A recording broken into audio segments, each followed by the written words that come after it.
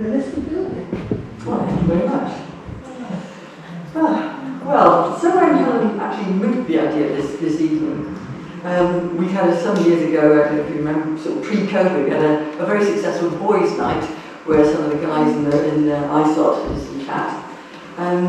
But Helen decided it was a good idea to have two female speakers here instead. Oh, so that's what I meant, Deborah.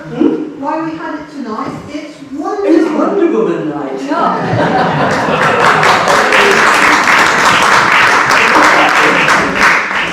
So anyway, Helen sort of signed up all sort of relevant and knowledgeable female members of the group, and she sort of knew that they would be able to deliver an interesting talk on their chosen topics, as demonstrated by Chris earlier. But she wanted 4 people, and so she sort of pounced on me. Just, Deborah, what can you talk about? And so I was completely honest in my reply, and I just sort of said, well, nothing really, I just live here. So, great. Living in a listed house, perfect. So Helen is quite a most of you know her here, she's quite a formidable lady, and by the time I collected my thoughts together and thought, actually I'm totally unsuited to this task, she'd already written my name down and moved on to the next thing on the agenda. So apologies in advance, but basically I'm just a sort of fill-in to provide a bit of light relief and make up the numbers. Because actually, living in a listed house isn't that unusual. There are 400,000 listed buildings in the UK and 12,664 in Cornwall. So there's quite a lot of us around. And in case you didn't actually know, the final decision as to whether or not a building makes it to the list of listed buildings rests with the Secretary of State for Digital, Culture, Media and Sport, which I'm sure you all already know is Michelle Donnellan.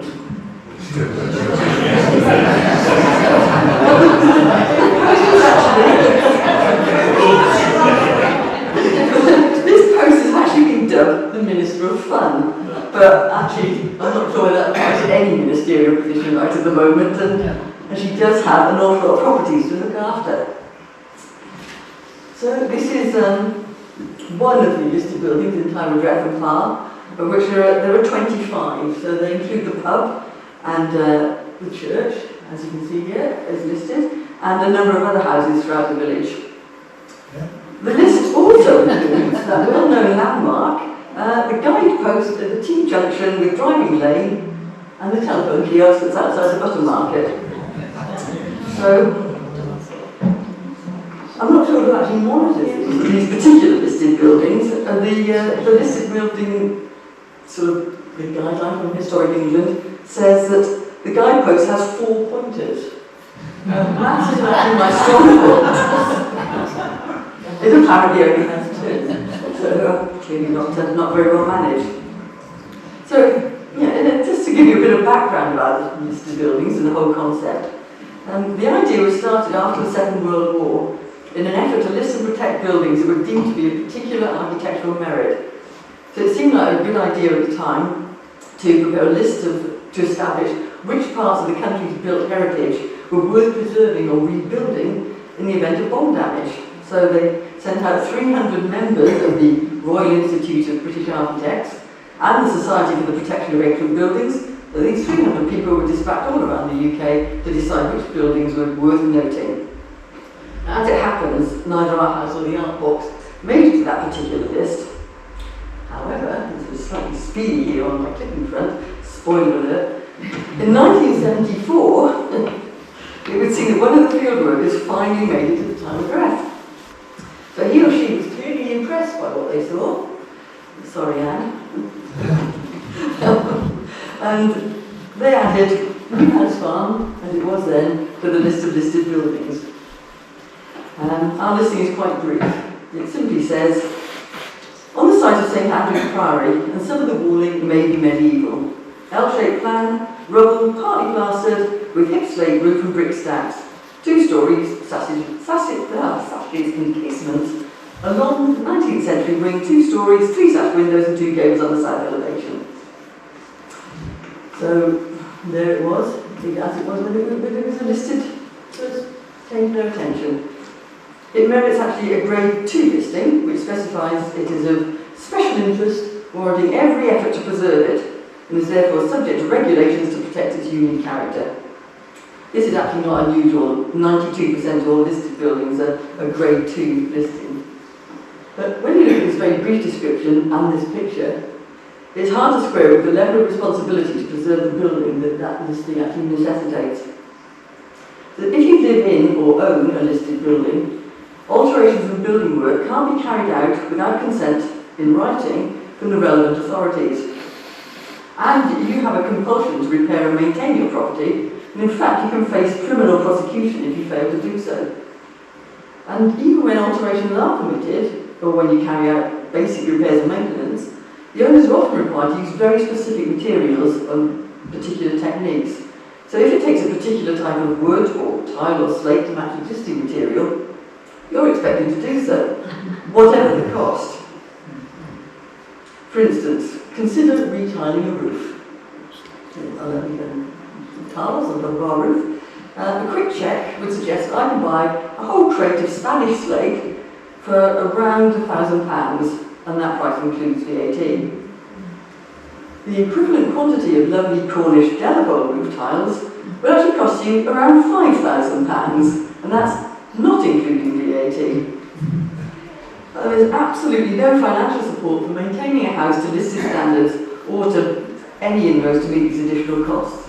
And whilst the local planning department can refuse your plans and demand a more expensive or less practical alternative, they don't offer anything by way of grants, contribution to costs, concession on VAT, or even any expert advice to help you out. So, anyway, back to us and living in our listed property. I have to say, it was never our intention to buy a listed building. When we viewed our home, got these details, it was a damp October afternoon, and Newhouse Farm was the last property on the end of a list of what turned out to be a whole bunch of dismal no-hopers. I'm fairly sure that Newhouse Farm wasn't what we were looking for either. And we weren't sure what we did want, and the estate agent had made the appointment, so we turned up anyway. But I remember driving up to Heathrow Road and thought, that's the house! I like that! And as soon as I stepped through the door, that was it. I knew I wanted to live there. And there was no heating apart from the wood-burning stoves, and the UPVC windows were not only ugly, but the glass was largely opaque. Some of the floors sort of sagged strangely as you walked across them, and the garden didn't look like this at all by the time we got to see it. It was already overgrown, and the whole house had very clearly been neglected for quite a long time. Unfortunately, my ever practical husband, not only loves a building challenge, but he also felt the same way about the house. And at the time, we didn't really think too much about the implications of the house being listed. I mean, we did actually go as far as to check out the implications and restrictions regarding listed properties and historic England state.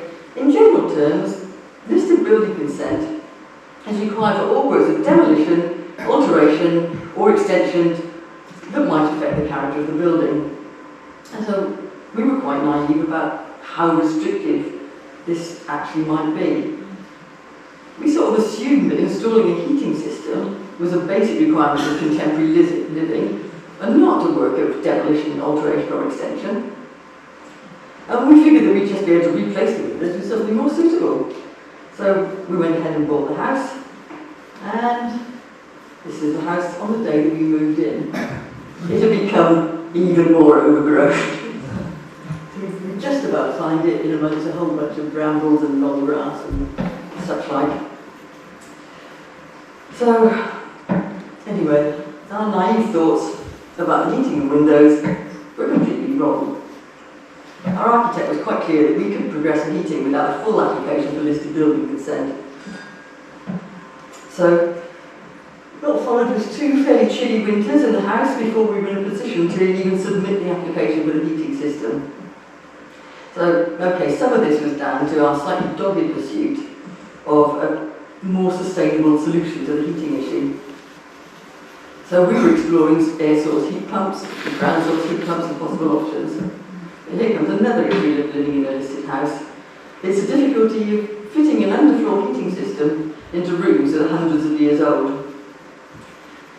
Fitting underfloor heating in our kitchen would either involve raising the floor level to the point where you risk banging your head on the ceiling, or completely removing the entire floor and digging downwards. neither of which were particularly acceptable options. And we didn't fit underfloor heating. There was a need to boost the radiators in quantity, which would have involved 10 radiators in our kitchen to generate a reasonable level of warmth. So eventually, not wanting to have another chilly winter, we finally gave in and opted for gas central heating. So our heating application involved 14 documents to be submitted to the council. It included the drawings for every single pipe run throughout the house and how they worked in conjunction with the structure of the building. There were images of every single very expensive in-keeping column radiator and images of all the ducts and piping. It included a design and access statement that ran to 7 pages. There was a 56-page report from our lovely historic buildings consultant, which there were detailed deliberations about the best place to install the meter box, an archaeological statement relating to the trench of the external gas pipe, and finally a battered owl survey, which had to be done at a particular time of the year, regardless of whether it held up the application or not, to make sure that everything we did to warm our home actually prioritised any nesting bats. So, fortunately, I'm sure, yeah, we've got bat lovers here, but, you know, I wanted heat. Fortunately, permission was granted, and after a lot of very disruptive work, we now have a very lovely central heating system. Unfortunately, with the increase in gas prices, we can't afford to run it. But our windows were a challenge too. Here they are. We thought that replacing the damaged UPVC windows with some hand-built heritage double-glazed timber frame sash windows would actually be a positive improvement. Again, not a work of demolition, alteration or extension. And we figured that our proposal would meet current building regulations by conserving a little bit more heat, whilst also restoring the house to a more original style. So this is what we were working towards, this is what it used to look like. But clearly our predecessors had largely ignored many of the criteria expected of them.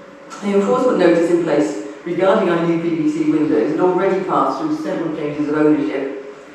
But nevertheless, with regards to the window application, once again, we were wrong. The window application was even more comprehensive. Windows are more visible than radiators, and there were even more hoops to jump through. We sort of assumed that slimline double glazing would be perfectly acceptable, but double glazing is an absolute essential to meet building regulations and energy standards, unless you live in a listed building, where apparently it's more in keeping to have single glazing, which adds us to a significant conundrum for listed property owners as to exactly how they achieve realistic EPC ratings, whilst also preserving their properties in accordance with the listed criteria. And it's something that comes up all the time, and it seems there's actually no easy solution. And interestingly, there's a government proposal to make it illegal to rent out a property unless it achieves an energy performance rating of C or above, which puts thousands of listed property owners faced with the impossible task of attempting to achieve that target without upsetting the local conservation officer. So, eventually we did get permission for our new windows, not still. We've gradually replaced all the failed UPVC windows with timber sash windows, and as closely matched the photographs taken last century as we could make them. Unfortunately, common sense did prevail, and we have had permission to include very discreet but fully effective double glazing. The strange thing about it, though, despite the challenge of having replaced every window in our house, the only thing we apparently have achieved is to make the house look right. And so people rock up and they say, "Oh, the house looks nice. Have you mowed the lawn?"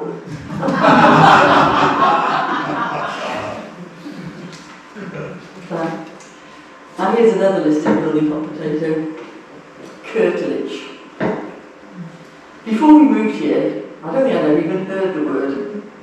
And if I had, I would have assumed that it was something to do with the lovely drapes that you hang inside your lovely new double-glazed timber sash windows.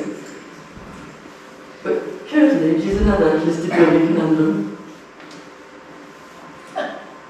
Even historic England are a little bit vague.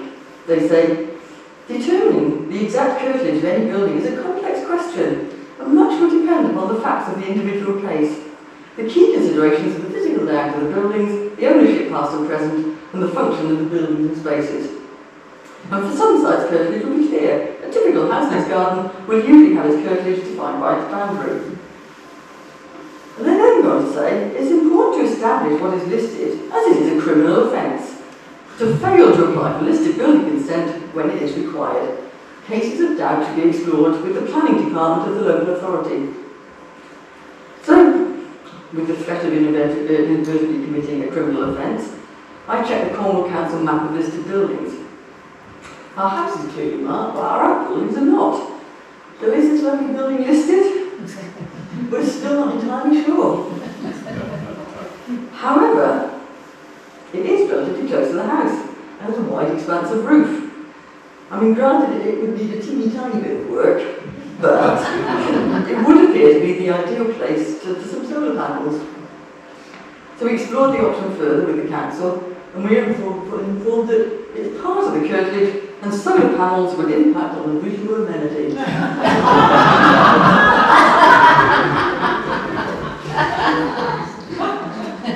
So this is a photograph of the same building taken in the 1970s, which is at or around the time the building was listed. And at this stage it was apparently more like a Nissan hut, constructed from corrugated iron. So I find it hard to believe that anybody would actually want us to restore the plant at this standard, but technically this is the moment in time that we're supposed to use as a benchmark. Which actually brings me to another listed building conundrum. When you're told that an improvement or repair that you're considering needs to be in keeping with the age and style of the building, exactly what age have they got in mind? Was this what our house looked like originally? The heritage report that we had done on our property suggests that the core of our house dates back to the original medieval priory and is part of the priory complex that was largely demolished after the Reformation, which suggests some aspects of the building could date back to the 1100s. It was subsequently remodeled as a farmhouse, dated the roof of the building was in particular to the sort of late 16th or early 17th century. And later in the mid-19th century, an additional room was added. So when it comes to ensuring that any work we carry out should be in keeping, exactly which century do we reference? Should we go to a sort of a long block blue and outside privy? I mean, where do we start? I mean, as it happens, the same heritage report also notes that the building is evolved to adapt to changing needs. And it certainly has many modifications made sort of long after it was first built. I mean, take our bedroom, for instance. The historic building report notes an 18th century door with raised and fielded panels and a vaulted plaster ceiling in the southwest bedchamber. So I love what he calls it bedchamber, I like having a bedchamber. And the vaulted ceiling makes it sound very grand and not at all in keeping really with the rest of the house. But the reality is actually quite wonky. I mean, I always like to sort of lie there, like to think of some 18th century farmer's wife lying in bed and sort of grumbling at her husband about the decor of the bedroom. I'd like one of those fancy ceilings, a bit more sort of vaulted this And eventually, he must have given in, and possibly with some element of DIY, knocking a hole in the roof beams to accommodate a nice vaulted effect. But as you can see, none of the angles of the ceiling match. To the point that the room actually has 5 walls in a sort of botchy attempt to make it work. And the angles, as you can see, they're sort of more curves than angles. And you can sort of just about see on this that the moulding of the cornice doesn't match either, so we've got more ridges on one side than it has on the other. But you can sort of see the sort of farmer wiping his hands in his breeches and saying, there, you've got your vaulted ceiling, like it all up there. But it's this sort of evolution that actually makes the house really exciting. So we strongly believe that we're really part of this continuing change, and want to make every effort to recognise the essence of the building itself. It's not really practical to live in a time warp, especially when you don't know what period you're supposed to be recreating. So a recent survey carried out with the listed property owners club, of which we are members, 38% of members said that if they were buying a house today, they definitely wouldn't buy a listed building. And whilst I wouldn't seek out the purchase of a listed property, I definitely would consider swapping our lovely Quirky home for something that's a bit more contemporary. So, there we go. That's our house. Thank you for listening.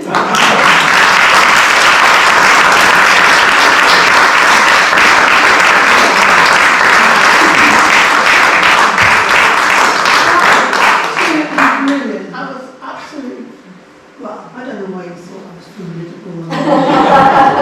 You're terrifying. Careful, she's buttering you up.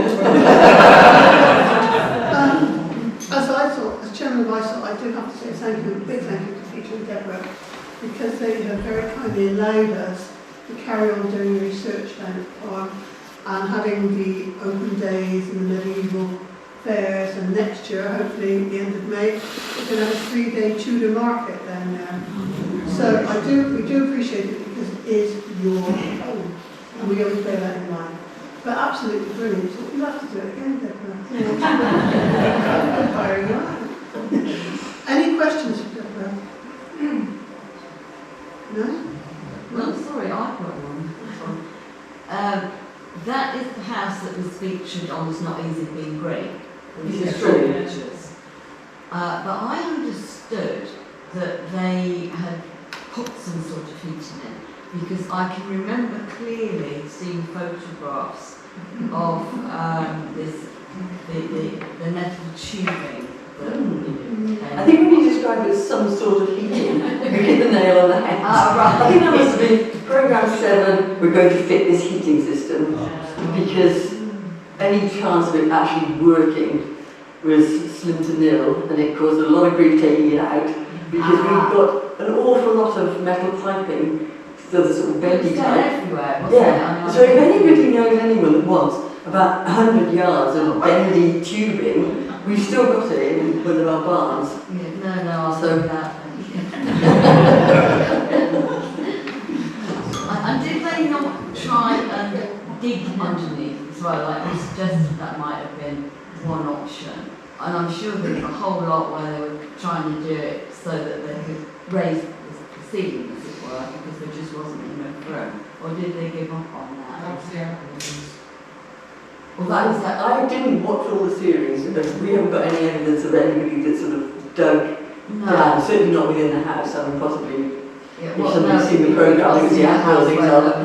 They were trying to do it in the house, what maybe they gave up. Because with something like that, most of the film finishes up on the floor anyway, doesn't it? They show you, so it probably looked much more joined up than it actually was.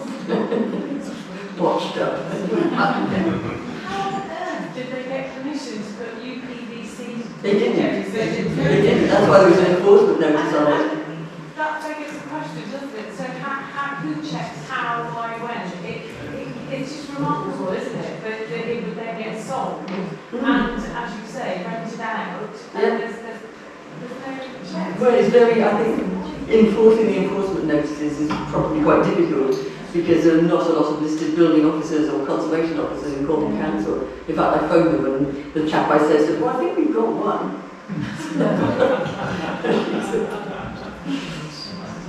We must also say that when you were having the gas piping put in and the digger was there, we found another priory stone. So, and sort of evidence digging down deep of another wall, didn't we? Yeah. So going from the back of the house out to that way. So yes, it's proof that they were, and of course there's quite a few priory stones down there. But yes, we found another, I say we, when they were digging, found another, and it was huge, wasn't it? Oh yes, we do have quite a big collection of primary stones. Yeah. That'll make up for the one they think inside the delta. There's one there, but is that a running dog or way that big? And some school. So that'll make up for this. Right, any more questions? What is that, Joe? I can't believe that they would try to preserve a falling down corrugated iron hut and that they wouldn't allow you to put some solar panels on that when they had a windmill there. But, you know, I doubt they had permission for the windmill. Sorry? I doubt if they did. They had permission for the windmill. They did have permission for the windmill, but not for the watermill. Yeah, well, surely somebody has some sort of common sense to allow you to put solar panels on a much better looking outhouse than that corrugated iron that's falling down. Well, we're working on it. Right, yeah, Helen, that? Well, first of all, common sense isn't very common with English heritage. And I've worked for them and with them for a long time, and also lived in a listed building. Their argument is always that anything that changes a building is part of the evolution of the building. And I have certainly known of people putting in wonderful fireplaces that they bought as an architectural salvage. They've installed them in their listed building, only to be told when they were selling it and wanted to remove said fireplace that they couldn't because it was now part of the evolution of the building. But there is no common sense in English heritage. Any more questions? And that's absolutely brilliant talk. Thank you, Deborah.